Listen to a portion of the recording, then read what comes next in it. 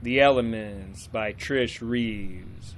There is a street in Kansas where men stand with grain in their hands waiting. When the wind whips down the street, they throw the grain with an upward arc so that it falls downward like snow, with the fast force of wind behind it.